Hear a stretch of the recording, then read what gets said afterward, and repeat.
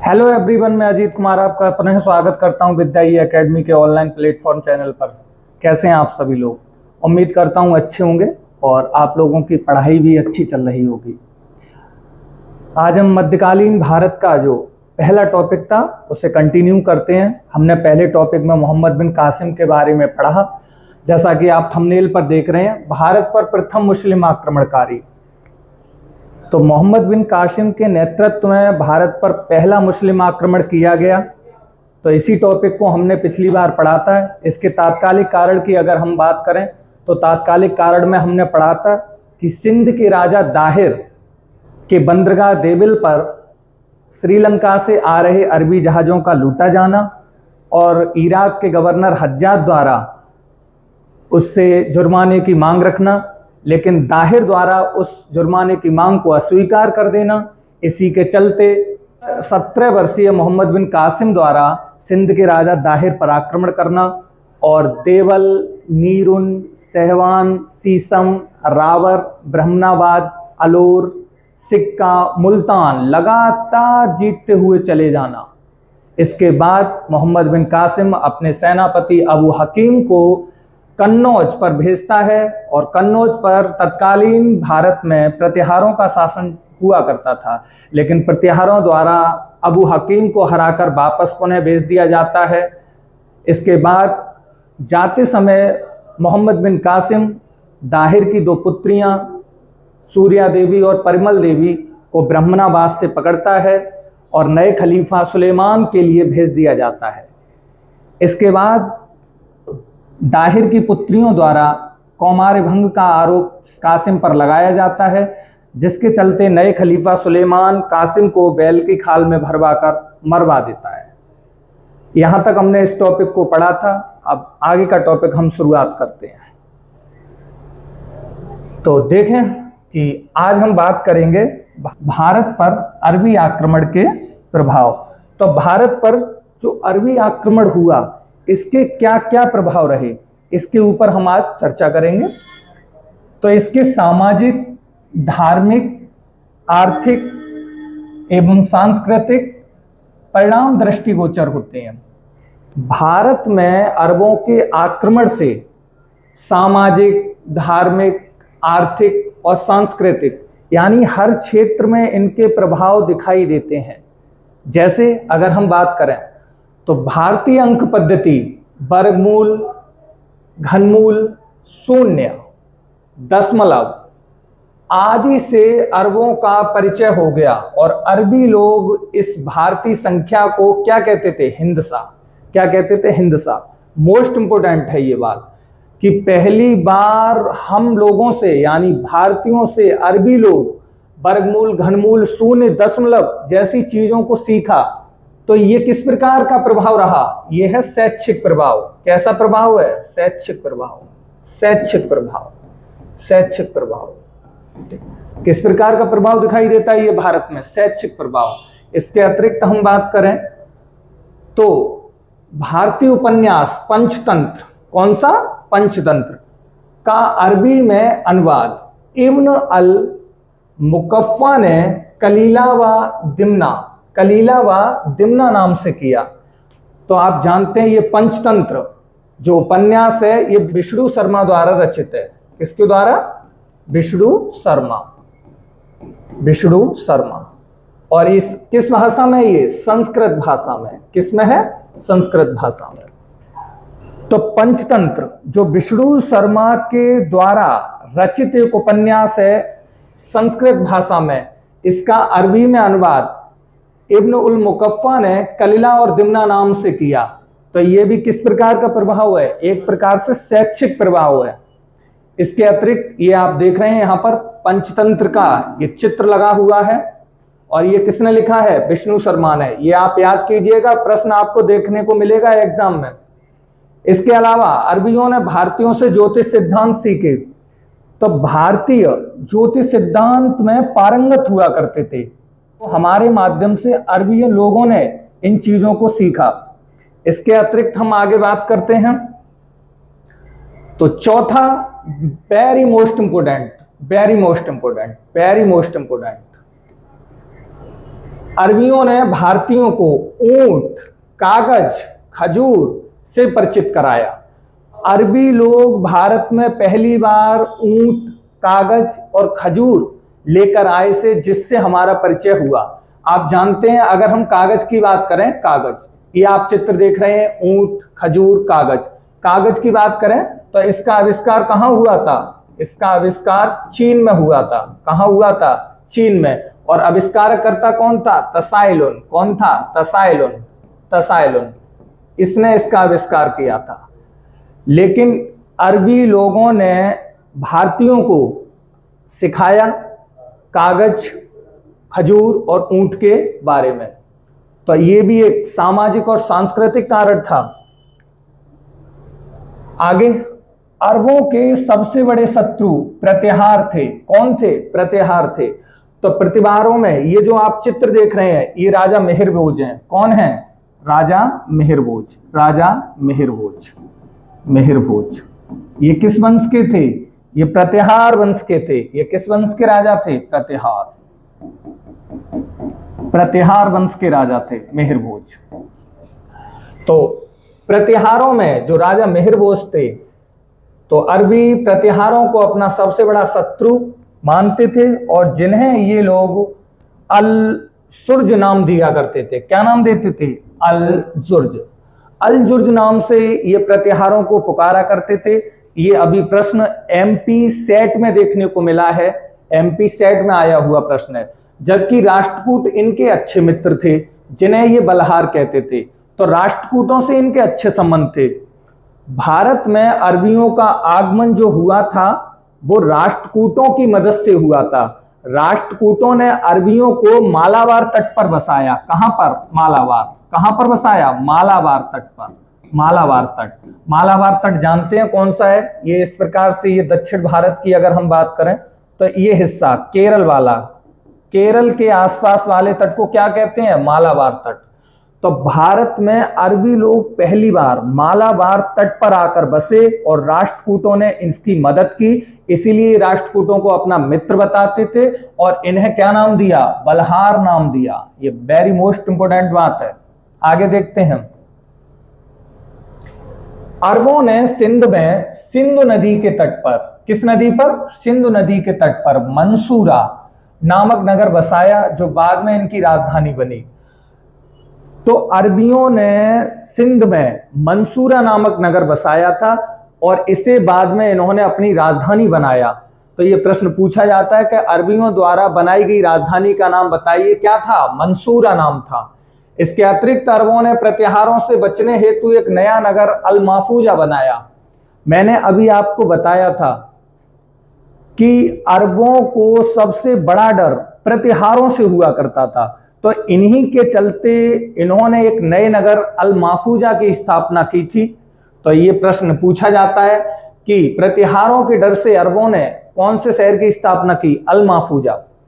इसके अतिरिक्त मोहम्मद बिन कासिम ने सिंध से जजिया नामक धार्मिक कर, कौन सा? जजिया नामक धार्मिक कर जिम्मियों से भारत में पहली बार लगाया। तो जजिया एक वेरी मोस्ट इंपोर्टेंट है। ये एग्जाम में 100% देखने को मिलेगा। आगामी परीक्षाओं में ये प्रश्न देखने को मिलेगा। काफी महत्वपूर्ण प्रश्न है परीक्षा की दृष्टिकोण से। इन्होंने सिंध से, यानी कासिम ने कहां से? सिंध से जजिया लगाया। तो पूछा जाएगा कि जजिया क्या था? जजिया एक रिलीजन टैक्स था, धार्मिक टैक्स था। अगर आप लोगों को इस्लामिक क्षेत्र में रहना है तो उन्हें जिम्मी कहा जाता था और इन लोगों को देना होता था जजिया। हालांकि जजिया को ज्यादा बढ़ा चढ़ाकर नहीं कहना चाहिए, क्योंकि इसी प्रकार का कर हिंदू क्षेत्र में रहने वाले मुस्लिमों पर भी लगाया जाता था, जिसकी शुरुआत गहड़वाल वंशों ने की थी और जिसका नामक तुरुस्क दंड हुआ करता था। क्या नाम था? तो मुस्लिमों से भी लिया जाता था। किससे लिया जाता था? मुस्लिमों से। इसी प्रकार का कर किससे लेते थे? मुस्लिमों से लिया जाने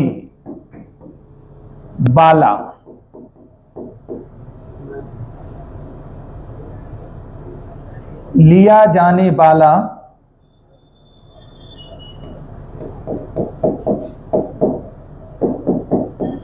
धार्मिक कर को क्या कहते थे? तुरुस्क दंड।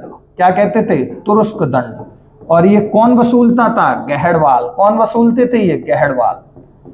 आगे हम गहड़वाल वंशी में एक महाराजा जयचंद को पढ़ेंगे, जिसे मोहम्मद गौरी द्वारा पराजित किया जाएगा चंदावर के 1194 में, लेकिन वो आगे की बात है। इसी के साथ हम आगे चलते हैं, अपने टॉपिक को कंटिन्यू करते हैं। अब देखते हैं टॉपिक का सबसे महत्वपूर्ण भाग कि भारत पर जो अरबी आक्रमण हुआ था उसके स्रोत क्या हैं। यानी हमें आज ये कैसे पता चलता है कि इस प्रकार से मोहम्मद बिन कासिम ने इन क्षेत्रों पर, भारत पर ऐसे ऐसे आक्रमण किया था। तो अगर हम पहले स्रोत की बात करें तो पहला स्रोत चचनामा या फतेहनामा पुस्तक है। कौन सी? चचनामा या फतेहनामा पुस्तक है। इसके लेखक की अगर हम बात करें तो सही मायने में इसके जो लेखक हैं वो अज्ञात हैं। कौन है लेखक? इसके कौन है? अज्ञात हैं। सही मायने में इस किताब के लेखक का कोई अता पता नहीं है, लेकिन फिर भी अगर ऑप्शन में अली अहमद आते हैं तो आप अली अहमद को टिक कर सकते हैं। तो लेखक अली अहमद, और इन्होंने इस पुस्तक को किस भाषा में लिखा है? अरबी में। बाद में इसका अनुवाद कूफी ने, किसने? कूफी ने फारसी में किया था। ये महत्वपूर्ण रहेगा, देख सकते हैं आप। इसके अलावा दूसरा जो स्रोत है वो अखबार अल सिंध बल हिंद सुलेमान। किसने ये रचना लिखी है? सुलेमान। यही वो व्यक्ति है जिसने अपनी इस पुस्तक में इस बात का जिक्र किया है कि अरबियों को सर्वाधिक डर प्रतिहार शासक मिहिरभोज से हुआ करता था। तो ये आप याद रखेंगे, महत्वपूर्ण बात है। इस बात का जिक्र पहली बार सुलेमान ने ही किया है। और ये कौन था? ये स्वयं अरबी व्यक्ति था। कौन था? ये अरबी था, सुलेमान। याद रखेंगे, महत्वपूर्ण प्रश्न है। और इस समय ये आया हुआ था तब शासन मिहिरभोज का हुआ करता था। इसके अलावा अगर हम तीसरे स्रोत की बात करें तो तारीख सिंध, जो मीर मोहम्मद मासूम ने लिखी है। किसने? मीर मोहम्मद मासूम। और ये 1600 के आसपास की किताब है। और 1600 में इस समय मीर मोहम्मद मासूम ये व्यक्ति अकबर कालीन है। किसका दरबारी है? अकबर कालीन। तो एक ये पुस्तक है जिससे हमें मोहम्मद बिन कासिम यानी अरबी आक्रमण के बारे में पता चलता है। चौथी पुस्तक की या स्रोत की हम बात करें तो मुरुज अल जहब अल मसूदी, ये किसने लिखी है? अल मसूदी ने। तो चौथा स्रोत अल मसूदी द्वारा दिया गया है। और अल मसूदी भी कौन था? ये भी अरबी यात्री था। कौन था? अरबी यात्री। तो ये 4 पुस्तकें हैं, आप इसमें से पहली वाली को टिक कर लीजिएगा, जो काफी महत्वपूर्ण है। तो ये थे भारत पर अरबी आक्रमण के स्रोत, जिनके माध्यम से हमें पता चला कि भारत पर किस प्रकार से अरबियों ने आक्रमण किया। आगे चलते हैं, अब बात करते हैं जजिया। जजिया करके इतिहास के बारे में। इस टॉपिक पर आप 2, 3, 4 जितने मन चाहें उतने स्टार लगा लीजिए। एग्जाम में 100% प्रश्न देखने को मिलेगा सीधा सीधा। तो जजिया कर के बारे में अभी हमने पढ़ा, लेकिन अब हम इसके इतिहास के बारे में बात करते हैं कि जजिया कहां से शुरू हुआ, किस किस प्रकार से इसका इतिहास रहा और कैसे इसे भारत से खत्म किया गया। तो सबसे पहले मोहम्मद बिन कासिम ने सिंध के देवल प्रांत से, कहां से? देवल से इसे लगाया। तो इसे मैंने अभी बताया था। इसके अतिरिक्त अगर हम बात करें कि दिल्ली सल्तनत के शासक फिरोज तुगलक ने, किसने? फिरोज तुगलक ने इसे स्त्री, विकलांग, बच्चे तथा ब्राह्मणों सहित पूर्णतः लगाया। ये प्रश्न महत्वपूर्ण है। देखें, जब मोहम्मद बिन कासिम ने जजिया को भारत में लगाया था तो इस जजिया के तहत इस समय स्त्री, विकलांग, ब्राह्मण, बच्चे मुक्त थे। लेकिन फिरोज तुगलक, जिसे दिल्ली सल्तनत का अकबर कहा जाता है, इस व्यक्ति ने जजिया पहली बार ब्राह्मणों पर भी लगा दिया। हालांकि ब्राह्मणों की तरफ से जजिया देने का निर्णय दिल्ली की जनता ने किया था, लेकिन प्रश्न पूछा जाता है कि पहला शासक जिसने ब्राह्मणों से भी जजिया वसूला कौन था? फिरोज तुगलक। ये आप देख रहे हैं, फिरोज तुगलक। मध्यकालीन भारत का सबसे भ्रष्ट काल फिरोज तुगलक का काल हुआ करता था, लेकिन इसने इसके अलावा बहुत सारे काम कराए। जैसे इसने दीवान इस्ताक, पेंशन विभाग, अस्पताल, बाग बगीचे, सर्वाधिक नहरों का निर्माण कराया। पहली बार दास विभाग का निर्माण कराया। ये था फिरोज तुगलक। आगे बढ़ते हैं। इसके अलावा दिल्ली सल्तनत के ही लोदी वंश के शासक सिकंदर लोदी ने जजिया कर लगाया। बहमनी साम्राज्य के शासक अलाउद्दीन हसन बहमन शाह ने इसे खत्म किया। दक्कन भारत की हम बात करें, कहां पर? दक्कन भारत की, दक्कन भारत। तो दक्कन भारत में जजिया को समाप्त करने वाला अलाउद्दीन हसन बहमन शाह भारत का पहला शासक था। कहां पर? दक्कन भारत। ये बात याद रखनी है, दक्कन भारत में अलाउद्दीन हसन बहमन शाह जजिया को समाप्त करने वाला पहला शासक था। अगर हम बहमनी की बात करें तो बहमनी की स्थापना मोहम्मद बिन तुगलक के काल में की गई थी। किसके काल में? मोहम्मद बिन तुगलक। मोहम्मद बिन तुगलक को आगे हम पढ़ेंगे। मोहम्मद बिन तुगलक के काल में की गई थी। इसी व्यक्ति ने की थी, अलाउद्दीन हसन बहमन शाह ने।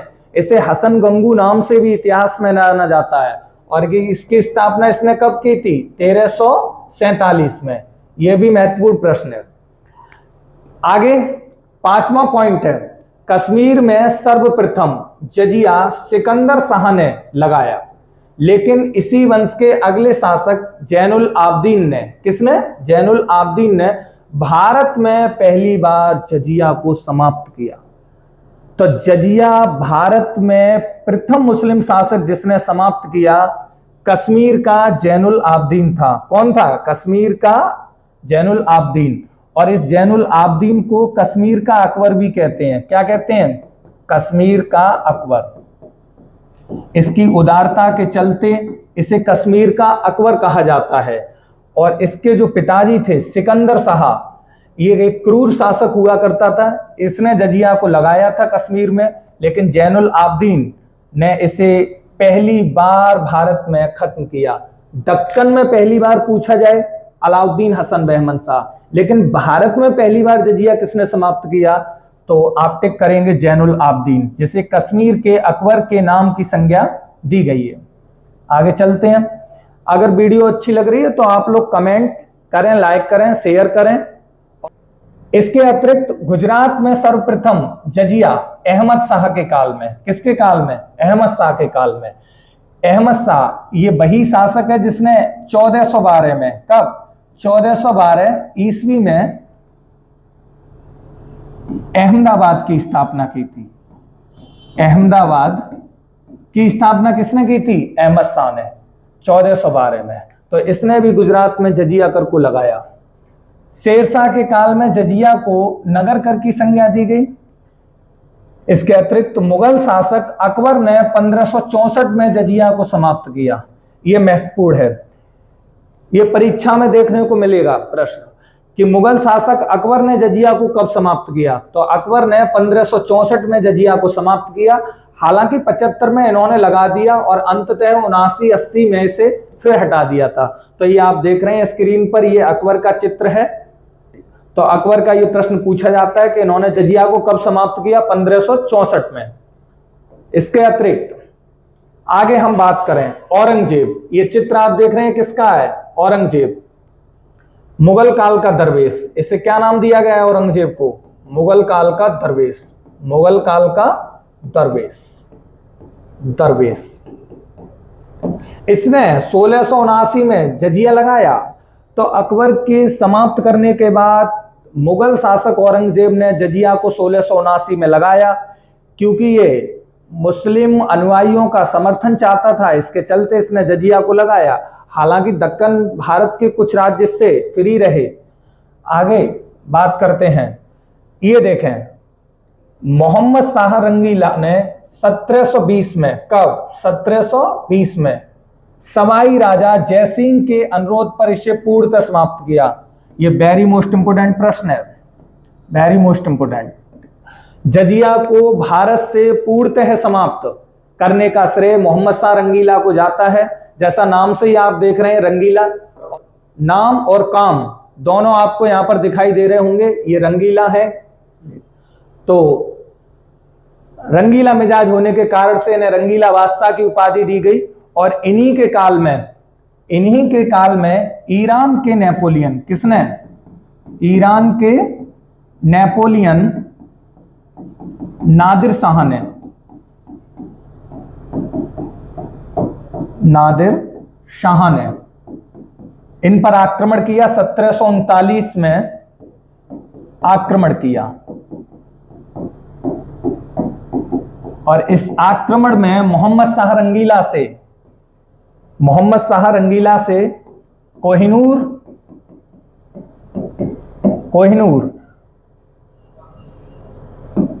और तख्त ए ताउस, इसे मयूर सिंहासन भी बोला जाता है, मयूर सिंहासन।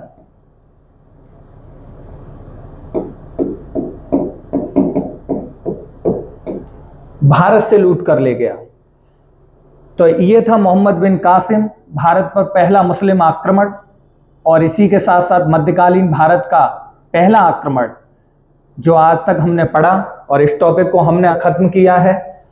हमने इसी के साथ साथ जजिया को भी कवर किया। तो आप लोग बताएं कि वीडियो कैसा लगा और अपनी प्रतिक्रिया जरूर दें। धन्यवाद।